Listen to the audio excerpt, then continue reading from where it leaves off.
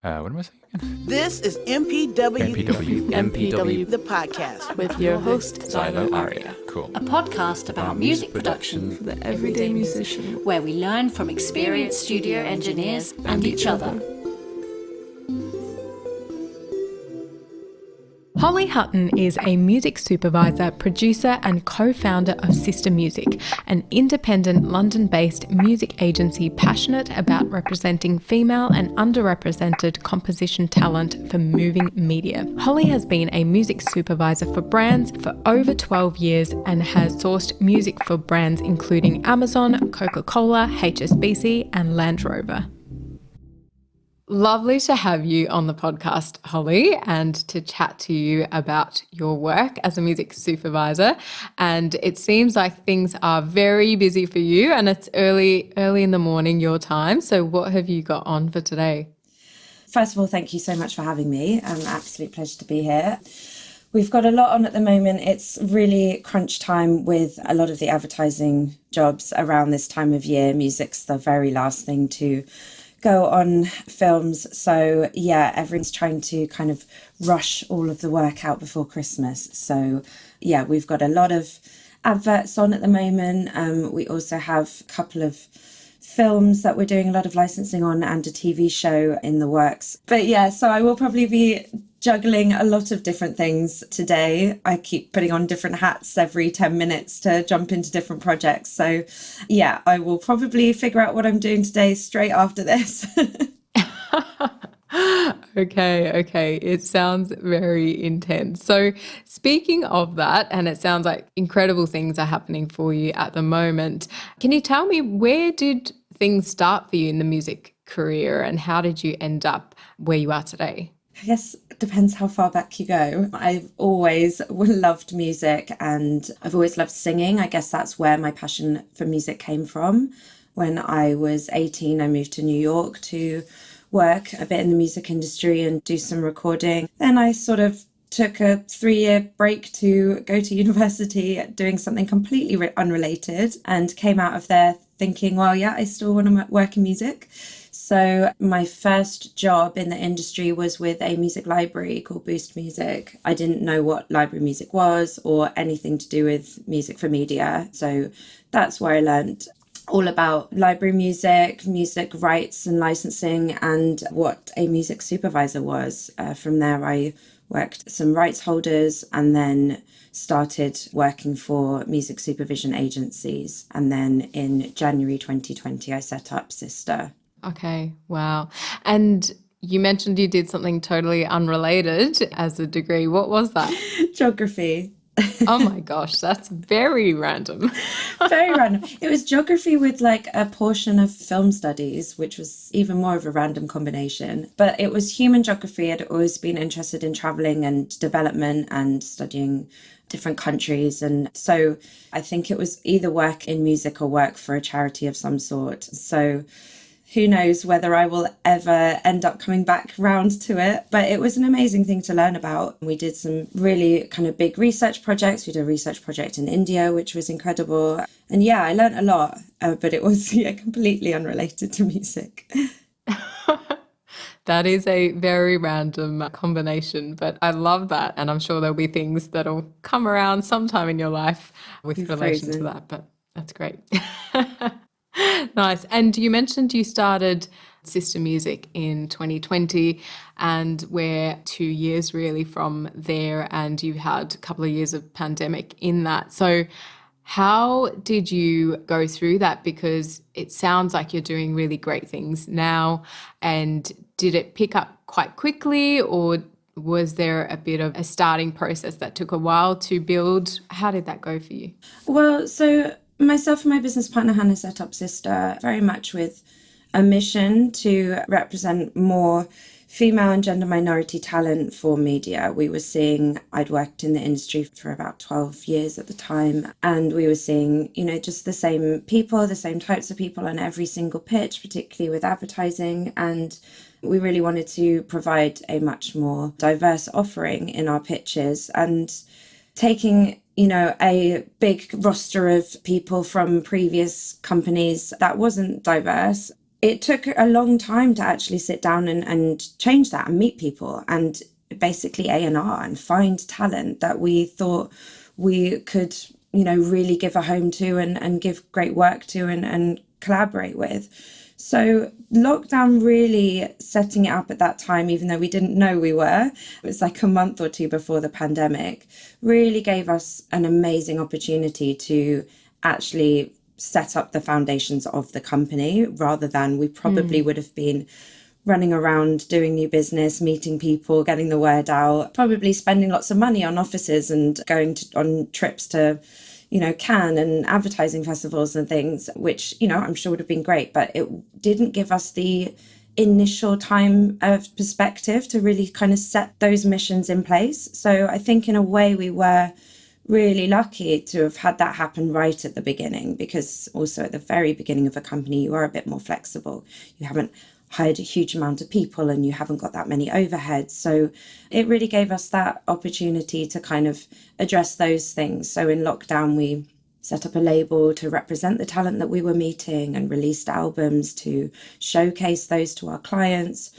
And we were able to just do lots of fun things like that, which was really good. I think advertising probably only went quiet for a month or two where people were kind of panicking, but then everyone figured out how to shoot during COVID and how to be flexible in what they were producing. And so on that scale of things, we were still doing quite a lot of work, but obviously filming for TV shows and films was a bit trickier. We had one animation project, which continued the whole way through, which was amazing. But yeah, a couple of the TV shows that we had penciled did push back by a year or two. So that side of things was slightly quieter. But yeah, it really did give us a bit more freedom and flexibility in a way to kind of focus on groundwork of the company.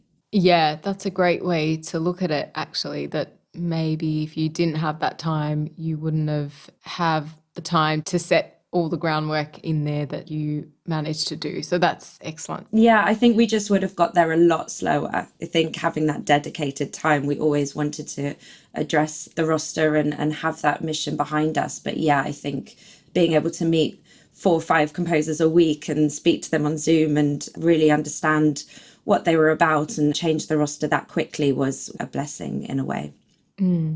That's excellent. And can you tell me about a random fact of yours, Hollie, about something about you that maybe not that many people in the music industry know, although we already heard one about the geography. Can I use that one again? Random fact. I'm an avid gardener, I guess, and I also love wild swimming. So I love being outside is probably any time, I suppose. I spend so much time in front of the computer during the days that at the weekends and in my spare time as much as possible, I love being outside, swimming in cold water, being in the garden. It's, I guess, my random fact. No, that's great. And yeah, if you're swimming in the UK, it must be very cold water. Whereabouts are you swimming?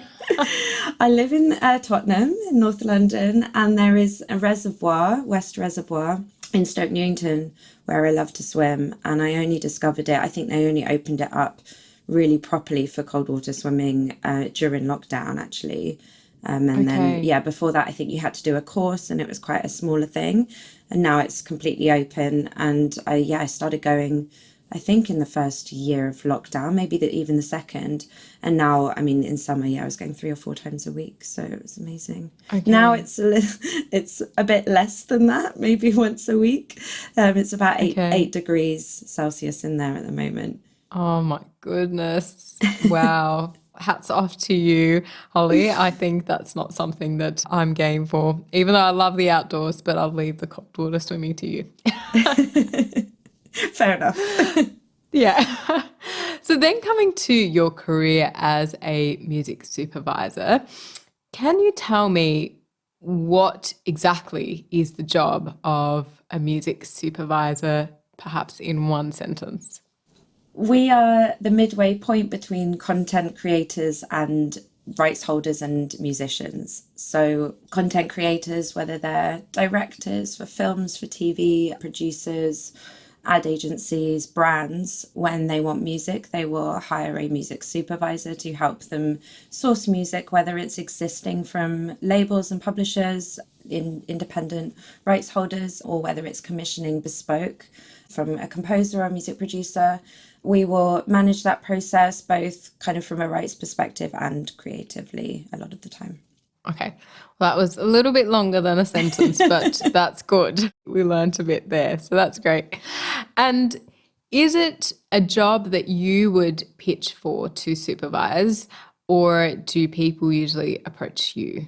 Yeah, a bit of both. I think once you start supervising, then, people start to hear about you. And we're slightly different because a lot of music supervisors work kind of freelance independently, and they will have certain directors that they work regularly with, and they'll just build up that relationship over many years. And it's slightly maybe less of a challenge in a new business capacity, and also maybe less of, we kind of are more of a collective and a company. So I think Sister is becoming known as a go-to for female composers, which is great. And yeah, we're a team of music supervisors. So we do a lot of reach out on projects that we want to work on.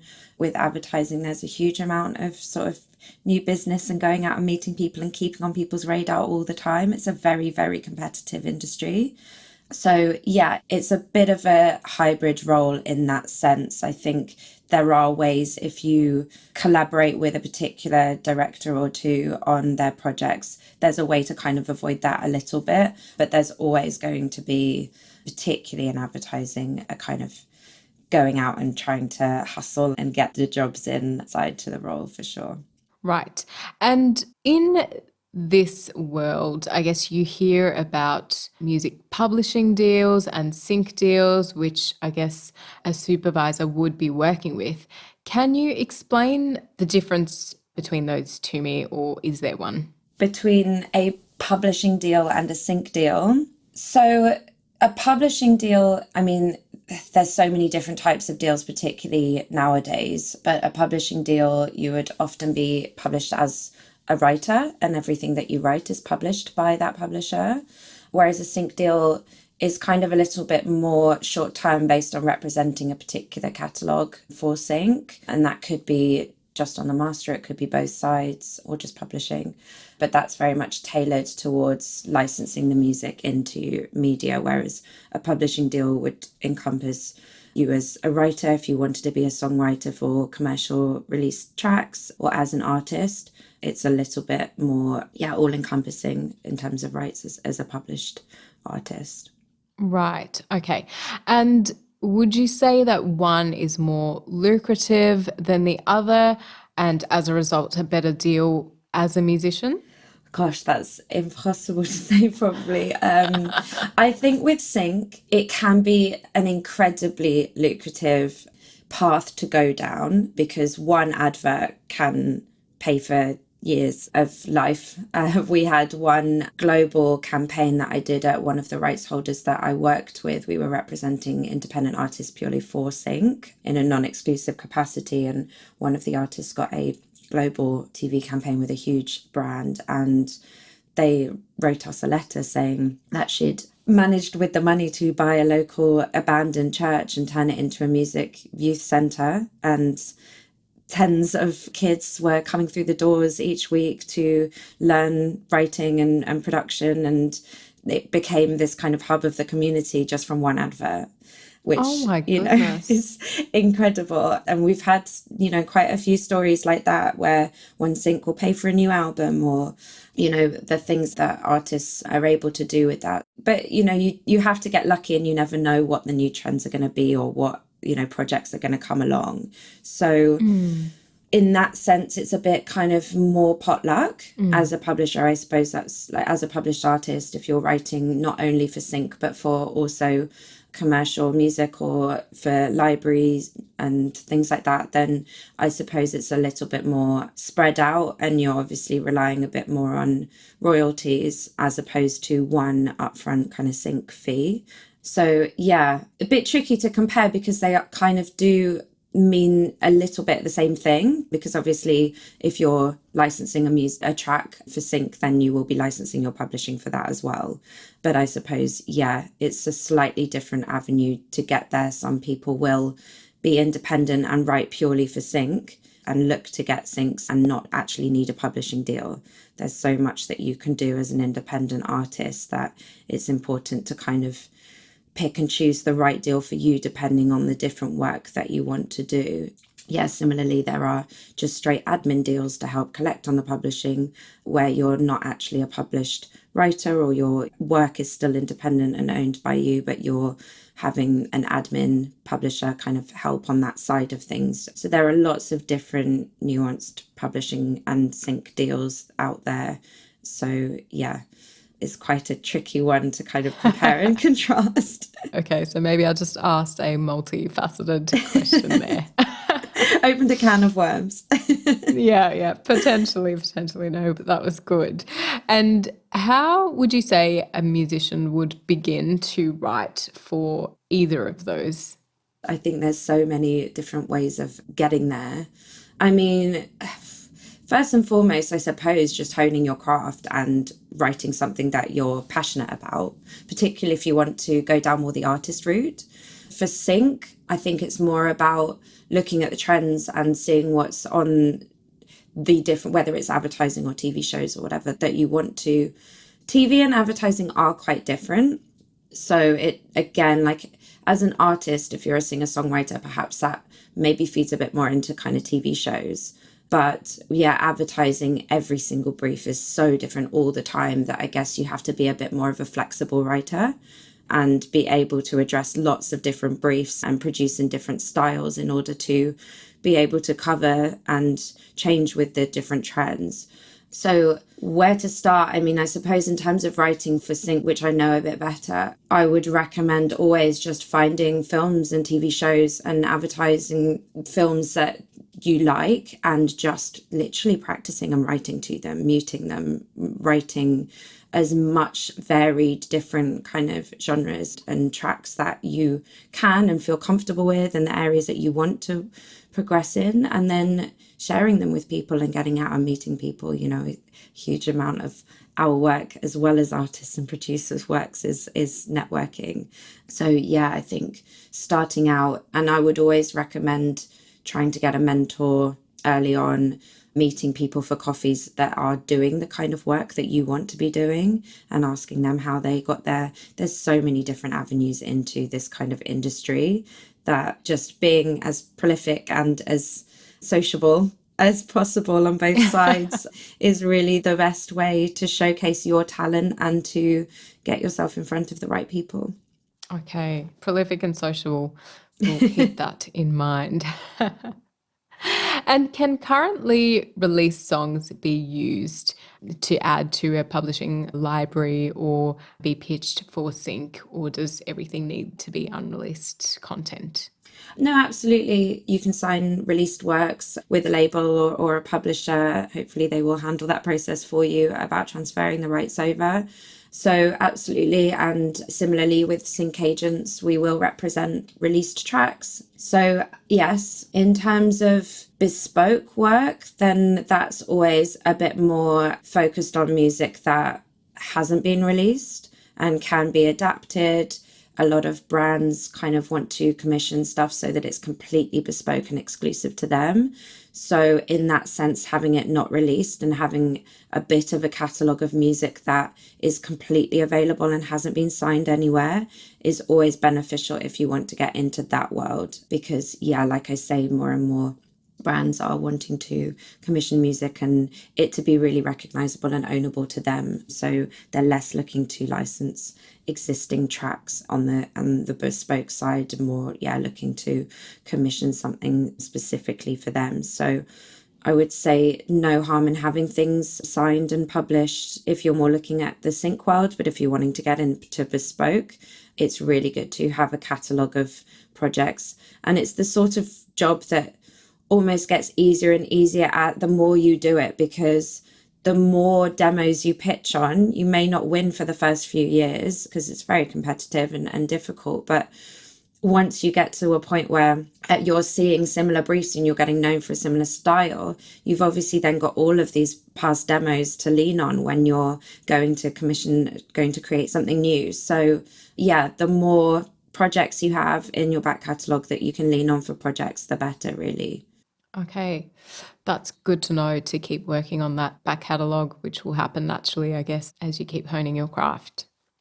And when we talk about then splits or the fee that you get, is there an industry standard on who gets what cut between the songwriter and the supervisor and anyone else that's involved, or is it quite different depending on the contract? Yeah, it's totally different. Every publisher and label and admin and supervisor will have a different setup depending on the project, whether we oversee the full budget, whether we have a separate fee for our work, which is more the case for TV and film. And so it's a hard question to answer because, yeah, also every kind of project is super different that we work on too. So I would just say, get a lawyer or ask friends and people in the industry, and if it feels comfortable to you, then take the deal. There are a lot of non-exclusive deals out there as well, which I think, again, it really depends which avenue you want to get into, but I think that is a really great place to start because you can continue to own your music, but get it into lots of different non-exclusive places and really see what is being pitched and what is useful and what people are liking, and from there what to kind of keep creating and build out relationships that way. So again, it's like, have a big catalogue of music that you own and put it out there non-exclusively and pitch it yourself and start there and see. Then I think a lot of people get into publishing deals or sign very, very early on for a long term. And I think that can be a little bit restrictive if you haven't quite figured out your sound and where you want to go or which avenues of the industry you really want to work in. I think because you might be pushed down a particular direction or pigeonholed in what you were signed on. So I think it's always beneficial to kind of scope things out for a while first, independently if you can. And then, yeah, from there, think about what is missing maybe in your wheelhouse and what you would need a publisher or a label or a sync agent for specifically. Okay. And when you say scope things out yourself, what specifically would you recommend that an artist do? Is that talk to a lot of different supervisors or pitch to different libraries, or what does that mean? Yeah, I think just trying different routes out. So writing for libraries is a really great place to start to see whether you like bespoke. But with libraries, you will get a bit more time. So again, pitching on advertising, you might get 48 hours to write a demo. So it's very, very quick. Some people absolutely love that because it doesn't give them any opportunity to second guess things and overthink it. And other people just need a lot more time to craft things. And in that sense, therefore, maybe writing for libraries or going down a different route might be better. So when I say, yeah, scope things out, I guess I mean just getting experience in the different avenues that you think that you might want to work in and figuring out which bits you enjoyed the most and what's for you. But yeah, starting with writing for libraries is a really good place to start with writing bespoke music and writing to brief. Also building up a catalogue of music that can then start earning royalties. That then gives you a bit more space to breathe to pitch on advertising, which might be a lot more sporadic income. But obviously, if you hit on something, it can be incredible. So yeah, just doing as much. And, you know, again, doing writing camps and writing for artists and self-releasing different EPs and work just to kind of, yeah, figure out which areas you want to kind of focus on and for you. And that can help, yeah, hone down the direction. Okay. No, that's good to know. And are there any current trending genres for sync? And how would you spot them?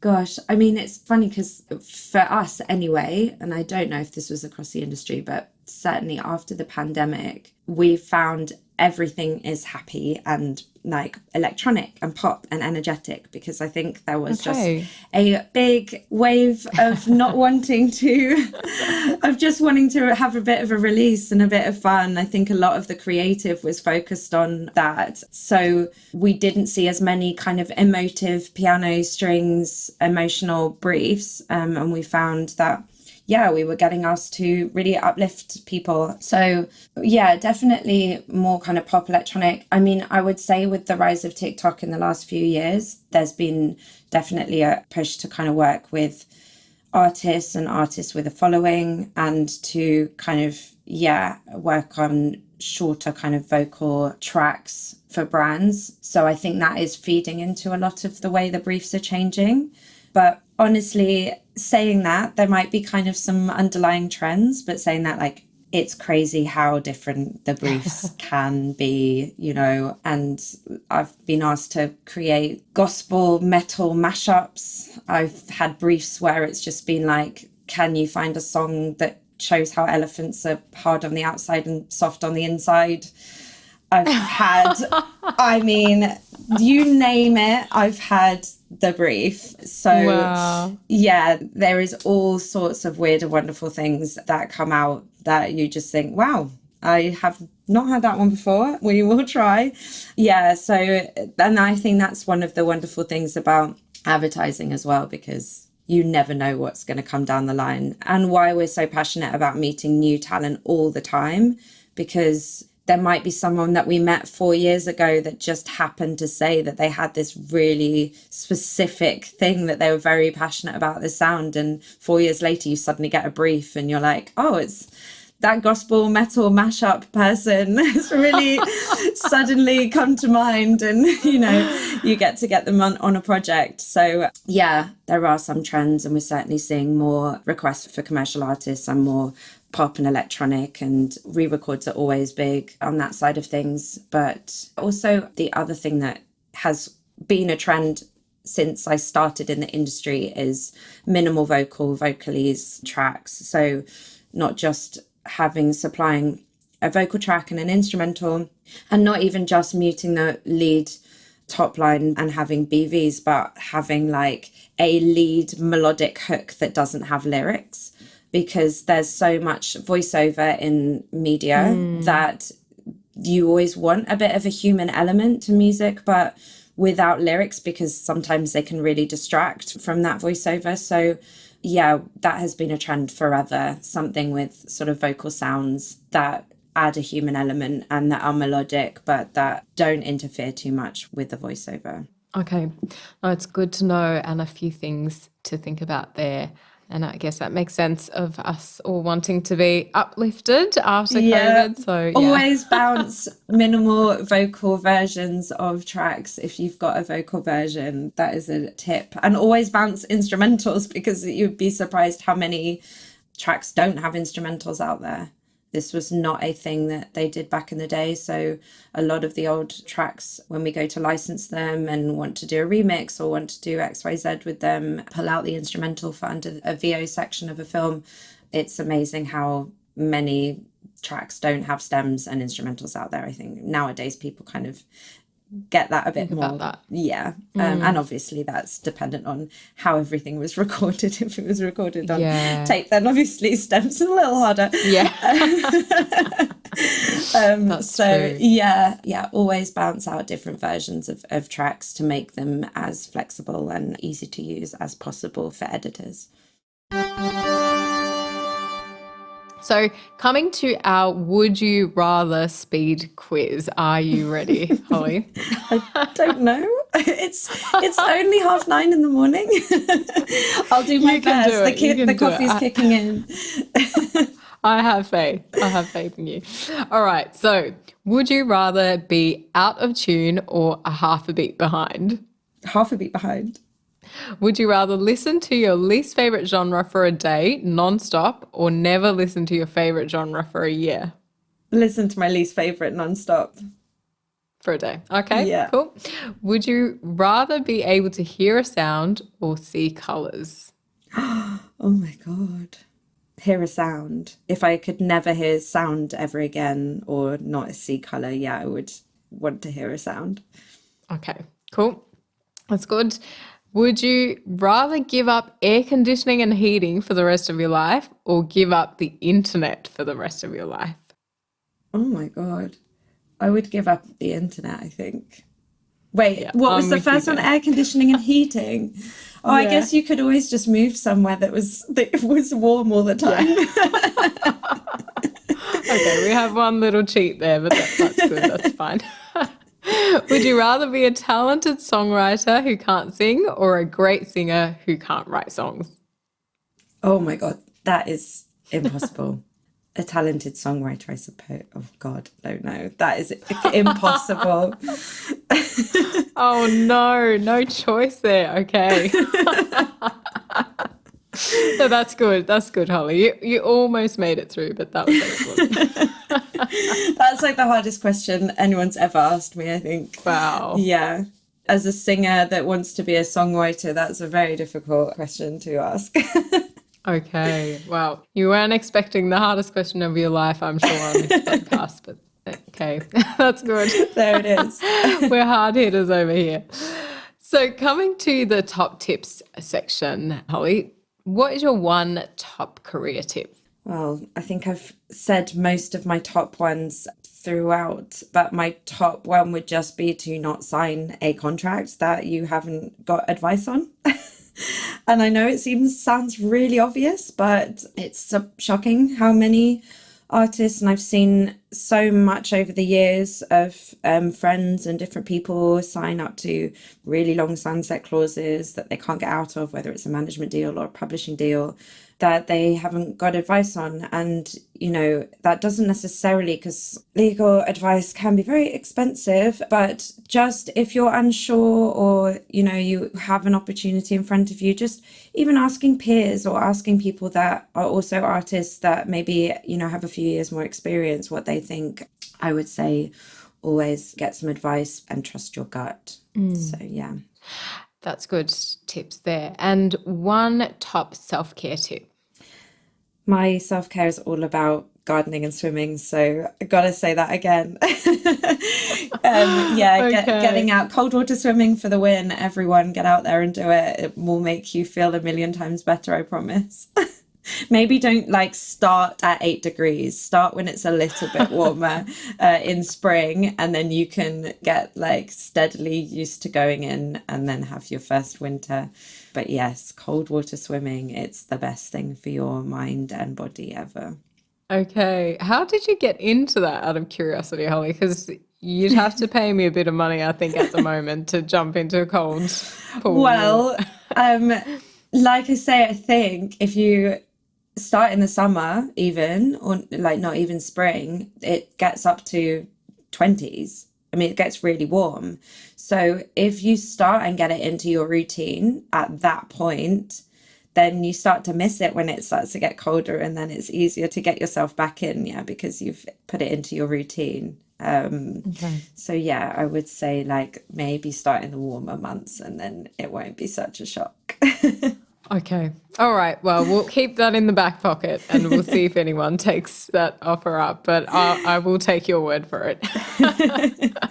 Even 5 minutes in the water, you come out feeling like a different person. And the colder it is, the more beneficial it is for your body. So, obviously it's lovely floating about in 20-degree heat, but you're actually not getting the benefits of cold water swimming. Obviously it has to be under, I think, 12 degrees for it to be cold water, I think, or around about there. So yeah, that's when you really start to get the benefits of it. Yeah.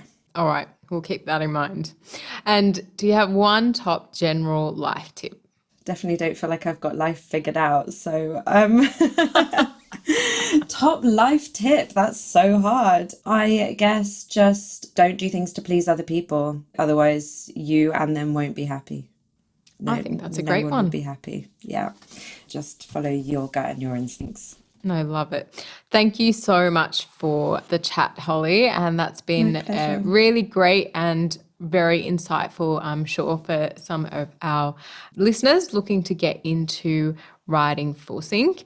So thank you. And I hope you have a good rest of your day and it's not too crazy. I'm going to ignore my emails for another 3 minutes.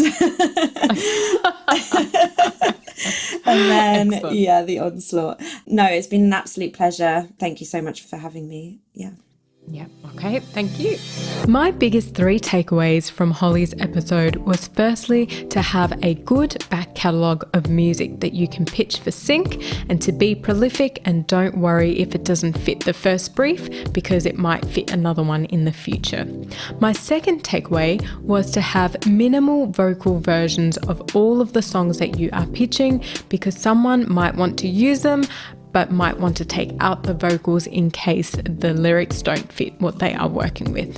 And my last takeaway was to make sure you get advice before you sign any document, just to make sure you are not signing away any income that you could potentially be making in the future that you shouldn't be. That's it from us this week. I hope you enjoyed the episode, and we will see you in 2 weeks.